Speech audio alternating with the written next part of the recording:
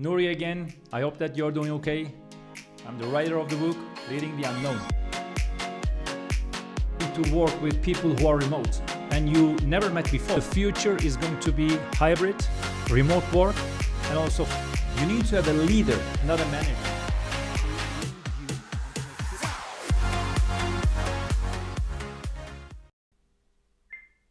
Hi everybody again, this is Nuri speaking, the author of the book, Leading the Unknown. If you didn't get a copy yet, please get one to help me write the next book that I have. And also please subscribe to my channel, talk about my channel, and also encourage people to subscribe. And please, if you like the videos, also comment it in the... I talk like a YouTuber. It's great, isn't it? I'm getting used to it. So today we are going to talk briefly about loneliness. Loneliness, especially in an environment where people are working remotely and also people are gig or freelancers. Depending on the type of job that you do as a freelancer, possibly you might be feeling less lonely or more lonely. It's like a little bit relative. But the description about loneliness, it's an interesting description that I got, is loneliness, it says, it's a perceived gap between desired and actual social connections. When I heard this definition, I said, this makes a lot of sense because there are people who are physically lonely, but they don't feel lonely at all. And there are people who are physically surrounded by tons of people, but they feel lonely. So again, the perceived gap between desired and actual social connections. I myself, I'm a remote worker since long years. I don't have too many social connections. And I personally, as Nuri, I don't feel lonely at all. So I do lots of meditation, journaling. We're going to talk about this to overcome this feeling of loneliness. And also, I personally don't need a lot of social connections. So again, depending on the people, there are people that are surrounded by people constantly, but they feel very lonely. And in this video, I'm going to talk a little bit about the consequences of loneliness, but also give you some tips on how to overcome loneliness. So if you are ready, again, please, if you haven't done so, stop the video, go to Amazon and purchase a copy of my book. I want to become a bestseller. So, as I said, loneliness is a subjective sense of isolation, and also from the physiological perspective, it is really dangerous. So people who are perceiving themselves or feeling lonely, statistics and research says that it is exactly the same as that person is smoking 15 cigarettes a day. You can imagine the danger that someone and someone's brain and the perception that someone has that can have on your physical and mental health. So again, people that are feeling lonely and suffering from loneliness and perceiving themselves as lonely, their brains, they are creating so much different chemicals that chemicals equal to as if you're smoking 15 cigarettes a day. That's dangerous. That is not really very good.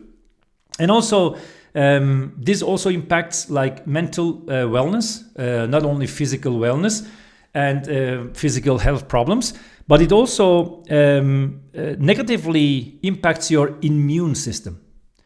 People who are lonely are more subject to get diseases with respect to people who are not lonely or who are not feeling lonely. Again, loneliness can be very subjective to people's self on how they perceive life, how they want to spend their time with or without people in their surroundings. From the neurological perspective, you know that our brains, they have mechanisms when the body needs food, it just triggers that mechanism to say, hey, Nuri, go and find some food. Or if you feel thirsty, your body needs water or liquid. That mechanism in your brain says, hey, go and get water or a Coke or a tea or a coffee or whatsoever. It is discovered that there are DRN neurons that are triggered when people feel lonely, and that mechanism asks yourself to start making social connections. So it is very similar as if you are having mechanisms for hunger, mechanisms that are triggered if you are thirsty, there are mechanisms that are triggered with the DRN neurons that when your organism feels lonely, it is triggered to go and find someone to speak with, someone to talk to, someone to socialize with. Very, very interesting.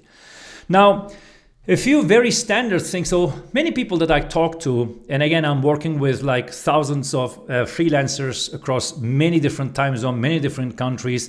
And as a matter of fact, the recent survey that we have in our infrastructure, in our environment, with our remote workers and freelancers, 18% of our freelancers that I work with, they told that in some form in shape, at some point in time, they felt lonely. They feel lonely.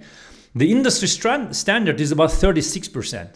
So I think that in an environment, which is completely explained how we do it in my book, Leading the Unknown, we do something good so that industry standard says in the same type of work, people feel in the surveys and the research, 36% of the people feel lonely versus in our case, less than 20% say that in some form in shape at some time they felt lonely.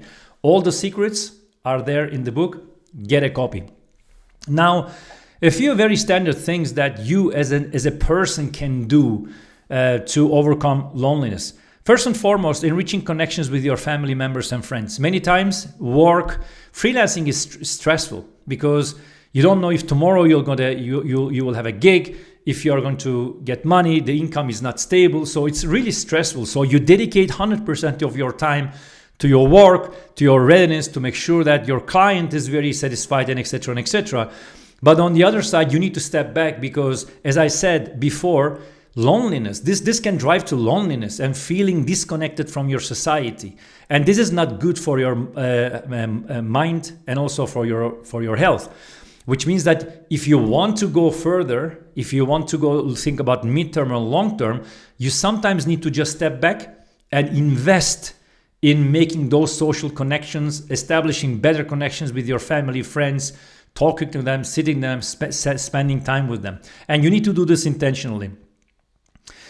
A lot of things that you could do, and I suggest strongly you to do, is to participate in social good activities and volunteering activities. So if you look around, there are tons of social good activities and volunteering activities that you can just subscribe to.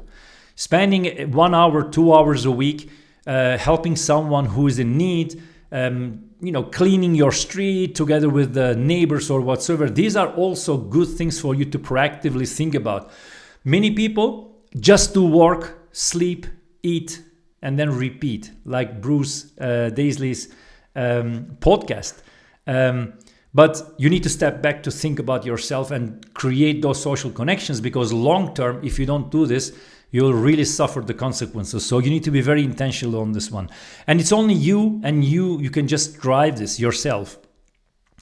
Traveling is another thing. So if you're a freelancer and if you have your computer and you can travel, try to travel maybe even like 1 hour, 2 hours away from you, go to somewhere and try to socialize with the people who are around that. So try to change a little bit your environment so that you don't feel so lonely.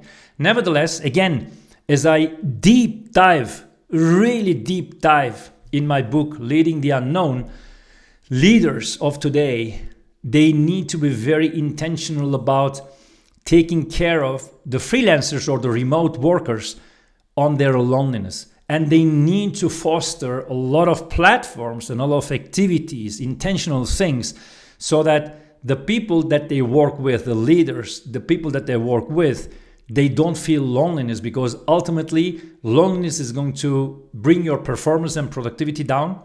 It's going to bring your motivation down, and that's going to be long-term harmful for the person if you care about that person, because the top leadership quality that in modern work is needed is someone to care. When I look around, tons of managers that I know, they don't care. They just care about their money, their results.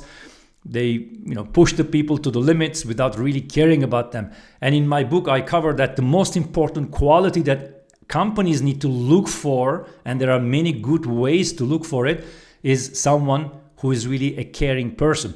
And if you are a caring leader, you'll make sure that the people that you work with, even though they are gig and freelancers or remote workers, they are going to have a less lonely environment and less lonely life, which is very important. On the other side, I also see tons of people that try to beat their loneliness watching stupid, I'm really sorry to say, but stupid TikTok and Instagram and YouTube, very stupid videos. It really disturbs me as a person to see that there are so many stupid videos that get like 3 million views. Does this mean that those 3 million people are feeling lonely and they spend their time watching stupid things? Or why don't people look like, watching some videos or whatever it is, which is really related to meditation, self-reflection, being a better person, and etc. and etc. So those videos, I hope that in the future and in the future of work, and to overcome loneliness, if you are watching those videos, watch videos that are going to make you a better person and not as more stupid person. A couple of hints that helped me personally a lot. That's like going a little bit more deeper, and that's on you if you want to implement it, yes or no. So for me, and it's covered also in the book, I'm making a lot of reference to the book because I really want to become a bestseller. Journaling and meditation are really profound tools to overcome loneliness. Again, journaling and meditation. Journaling is a powerful form of self-reflection. It really allows you to document your thoughts, your feelings, your experiences, your reflections, what you want to achieve, but document it, writing it down. Journaling. This is a method and a technique that has been used in ancient China, like about 2,000 years ago. And someone that I really admire a lot, which is Marcus Aurelius, a Roman emperor, mentions about journaling a lot in his series of articles or book, whatever you want to call it, which is called Meditations. If you want to be a very good self of your version of yourself, I suggest you, beside getting a copy of my book, get a copy of Meditations from Marcus Aurelius. You will learn a lot from this emperor. Now, journaling, which is it's a technique. It's a technique that I used myself a lot when I felt sometimes lonely and sometimes demotivated. It's maintaining kind of a journal, which is a diary every day or every 2 days, every 3 days, writing about your feelings. How do you feel? Starting with that, how do you feel? When you feel very bad, I just did this technique and I started to write things that I'm really grateful for. Hey, I'm alive, I can breathe, I have a brain, I have a house, I have some food, I'm healthy. So those kind of things, writing them down starts to create positivity in your, and it really starts to make you realize that, hey, look, there are so many things that you could be grateful for. There are situations where you might have a loss. That's a very difficult things to overcome. But again, when you look at the Marcus Aurelius and the Meditations, you can see how can you cope with that kind of very tough situations as well. So these are really very tough situations, but the human can overcome it. So in the journaling, maintaining a gratitude journal or diary, writing about your feelings. How do you feel? Writing about what do you want to achieve from here to like 4 or 5 years. Those kind of things can help you a lot. It helped me a lot, by the way. A couple of things that I wrote down, I'm going to read them to you. What I was writing down in my diary on the journaling side of the meditation side of it. So reflecting a time when I felt proud of myself. That really, really is very powerful. Really very powerful. And you're writing it down. Envisioning your life from here to 5 years. Believe me, I used to meditate and I used to do journaling a lot more than I'm doing now. Because now I'm not feeling so lonely anymore, because I don't need to socialize too much. Maybe it's because of my age. But I was envisioning that I would become a writer and I would become a bestseller. That I'm really far away, even though people are helping me. Writing a letter to your inner self.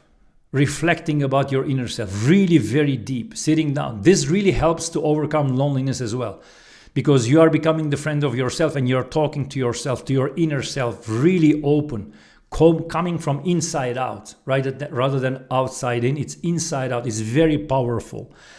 Again, listing the things that you are grateful for. Sometimes you have very tough days, right? And the end of the days, you just get frustrated, disappointed, or whatsoever. At that times, just force yourself to write 3-4 things that you are grateful for. It really helps a lot, and it really also helps to cope with loneliness. And most importantly, writing down a time when you had a positive impact in someone's lives. Everyone in this planet, good or bad, at any point in time, they impacted positively someone else's life. If you have nothing to write for, that's a very good moment for you to reflect on yourself and to say, hey, you know what? Every single day, I'm going to do something good for someone. Even you greeting someone, saying, hi, how are you, is doing something good to someone else. That's very powerful. So I hope that you have tons of things to write on your reflections, on your journaling, on, hey, how did I impact someone's life positively? All of those kind of things really will drive positivity. And also, meditation is something that can complement the journaling or keeping the diary. It's really about mindfulness, thinking about the present moment, awareness of yourself, getting a little bit disconnected from the world, and having kind of a peace of mind in a place where you are alone. Even though it's 10 minutes in the mornings, you can do just a self-reflection meditation. That really helps a lot to cope with mental health issues and etc. Again, I hope that this video was useful for you. If you are today's manager and if you want to become tomorrow's modern work leaders, you need to really consider intentionally and be very intentional about thinking about remote workers, gig and freelancers. They might be feeling lonely. In my environment is about 16%. In the industry is about 36%. It can go up to 40%. People do feel lonely. How you as a leader can enable an environment where people will start not feeling so lonely. People will create connections. They will have time to do journaling or getting a diary or mindfulness or reflection, so that they're mentally healthy and also they're also physically healthy and happy, so that they can be more productive and they can be happier in life. In the end, everyone in this planet and in the universe that exists is here to serve other people. I hope that you enjoyed the video. If you enjoyed the video, do me a favor, a couple of things. One, don't wait. Please get a copy of my book. Help and support me. Please do me that favor. And also please subscribe and also like and also comment on the channel on the next video that you would like me to discuss. And with that, have a good day. Bye-bye.